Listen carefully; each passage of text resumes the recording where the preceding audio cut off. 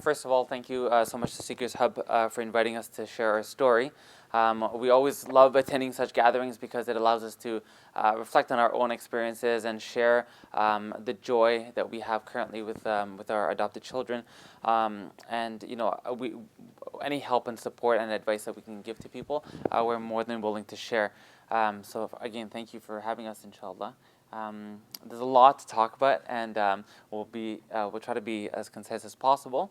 But I mean, we are available afterwards if anyone has any specific questions, and if we didn't cover anything, you can always ask us, inshallah. So I guess we'll try to share our story, and more importantly, I think share some of our the emotions and the things that we went through, because it is a very emotional journey to go through adoption, and what led us to adoption is our own infertility, so dealing with your own infertility issues, coming to terms with that, and then deciding to seek to extend your family through adoption. These are all very emotional things. There's a lot of heavy topics that you have to address with yourselves, with your partner, with your families. So it's important that you understand where you are and really come to terms with things that you're going through. So you want to talk about the infertility part? Sure. When we got married, we had that discussion that we wanted to start our family early. We were young. We were 21 at that time, but we were like, gung-ho of starting a family early. Allah had better plans for us. We realized things later, but, obviously at that time, it's a struggle. We chose to be very private about it. I think overall we keep to ourselves in terms of what we thought was such sensitive information. Probably, obviously things change as you age and as you go through certain circumstances. Definitely now, I would say that was probably the worst thing we did. I think right now, especially compared to when we first started, which was maybe 9 years ago or so, we felt very isolated in terms of support. We were very grateful that our immediate families, were very supportive of the idea, and even through our infertility. However, we didn't share that with our other extended family and friends. Now we're very grateful that even after going through the adoption, you always need support. You remember everything you went through. You want to be there to support people. But, adoption, obviously, it's still, in a sense, new to us. We're going to continue to go through stages where we're in an unfamiliar place, and it's great to have that support. Last year, Amal Fertility contacted us, and I was amazed when I attended that conference. It's sad to see so many people going through infertility issues, but it was also really exciting to see the support group that was being established. The more support you have, and I talk about that for infertility, but also for going through the adoption process, the more support you have, the better it is for you. When we adopted, it was great that we had that family support, but when we were going through our infertility issues, we were very quiet, and a lot of people, you evade those questions. Everyone's like, so, when are you going to have a family? We're like, we'll see how things go. And, we never shared publicly what we were going through. I think it's important to start seeking support and resources. There's a lot of people out there. There's a lot of resources out there. And it's something so difficult to go through by yourself. So obviously, the more support you have, the better. In all honesty, we tried a fertility treatment and things did not go well. I ended up in the hospital, and literally I had said, I don't want anyone knowing in our family. I just don't want the pressure. And we literally had to call our parents, and he called my parents, and he's like, she's in the hospital. And they're like, from what? They had absolutely no idea. And I realized that infertility is a loss for a lot of people. Obviously as the couple, you're grieving the fact that you have no control over this. I think it's something that's so hard that you think you have control and you want to have control over this, that when you're going to start a family, how many kids you're going to have, etc. But this is something that's completely out of your control. And so it's nice when you have that support. So I was losing my train of thought, sorry. But it's nice when you have that support because you need it at every stage. It's depending on how you're going, whether it was me or him, we're both in need of that support. So that was our. Yeah. It's hard. We're trying to condense it, so bear with us. Yeah, so I mean, what I would advise firstly is that you have to be ready, emotionally, mentally, and have that support system. You need to make that decision. The couple or the person looking to adopt needs to make that decision that this is an avenue or a path that I want to go down, because I believe it's the right thing to do. Ultimately, our intention at least was we wanted to have a family. We wanted to be able to provide a loving home for a child, and have that child bring joy to us and our family. And that was ultimately why we decided to pursue adoption. Infertility kind of led us there, but ultimately we had to take that step. We had to come to that realization that ultimately we want to provide a loving family for a child. And once we made that decision, and she made it faster than I did, because I think adoption wasn't something that was prevalent in my upbringing. I did not know any family that had adopted. I always I imagined that naturally you get married, you have your own birth child, and you progress through life. So this was something new to me. I had to do my own research. I had to come to my own realizations. And once we made that decision, together we were ready. We were ready to start the journey. We were ready to help to educate our families, to help get the support that we needed. But ultimately, that we had to come. That was a very personal thing that we had to come to. So that's how we started our journey. So once we got there, our next step, Kim outlined the next steps really clearly, but for us personally, once what we decided to do was do our own research, right? Find out what it takes to get adopted, to adopt a child. So we learned about the home study, we learned about the PRIDE training, we explored different avenues, the international adoption, public adoption, etc. So we had a lot of research to do. We spoke to adoption practitioners. We looked online and tried to gather as much research and as much information as possible. And for a variety of different reasons, which I won't really go into now because I don't want to take up too much time on that, we decided to actually pursue international adoption. Given all of the expenses involved and all the difficulties that would come along with it, we thought this would be the best way for us to begin our journey and start our family. So the path that we took, we actually got a private adoption practitioner to conduct the home study as well as the PRIDE training. And after that, before that, the home study itself is, as Kim mentioned, can be quite intrusive. There's a lot of personal questions that are asked. They find out, they want to know obviously that you're ready to adopt, right? They want to know that you're stable, you're coming from a good place, you've arrived at the decision to adopt on your own, and you're ready to make that step. So we understand why, but when you're going through it, it can be quite difficult, right? Quite personal, because they're asking really, really personal information from you. In addition to the police check and all that stuff, but the questions that they ask, can be quite personal. And then once all of that had been completed, our adoption practitioner, was ready to send off the home study to actually be approved. And do you want to talk about the approval process?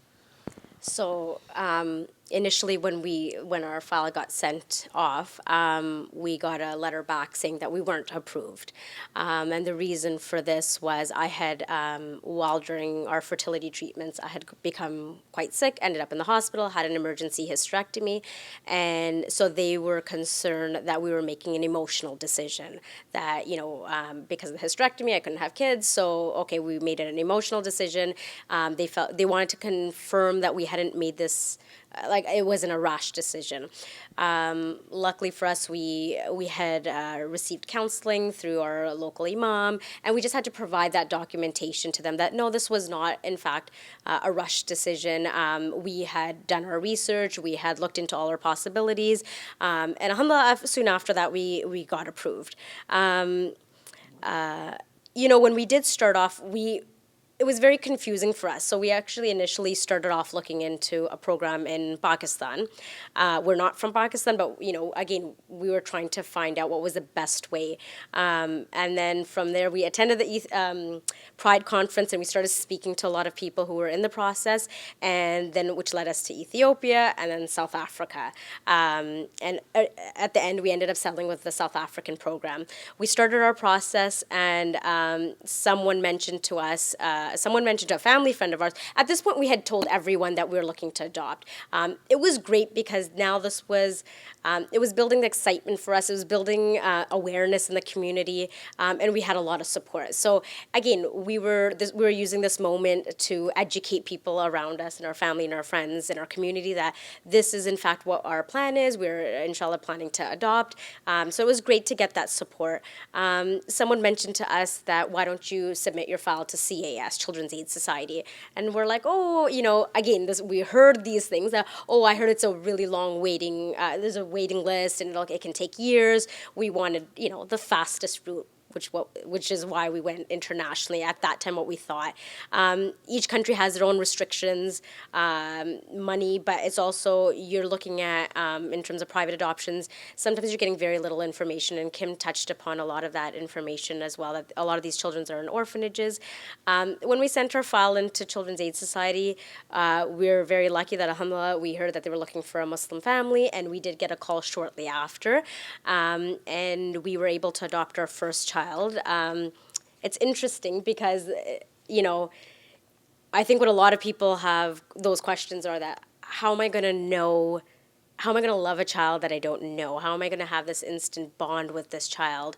And it's okay to feel that. I don't think there's anything wrong with that. These are natural feelings or fears that someone might have. We saw a picture of him, and he was cute, but I'm like, wow, he looks big. And we knew that he was only 11 months, or actually just 10 months at that time. He was almost 11 months, and I'm thinking like, oh wow, we were thinking of a little small one, and here's he was standing on a sofa, and I'm like, oh my God, he's big. How am I going to do this? And that's normal. And then I remember we went to do our first visit in his foster family, and it's absolutely amazing because the foster family came and put him down, and we're like, okay, you just want to grab him and hold him and kiss him and play with him, but you're like, you don't want to freak him out. So we had to be really gradual, and slowly I sat beside him and I was giving him a toy, and then I picked him up and just gently put him in my lap, and he just looked up at me and he put his hand on my cheek, and it was literally, I'm like,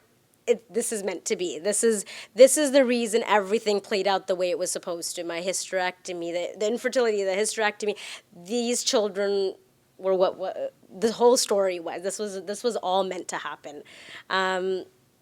If you want to. So we never imagined that that's where our journey would take us, right? We, as Nazima mentioned, that we intended to go international.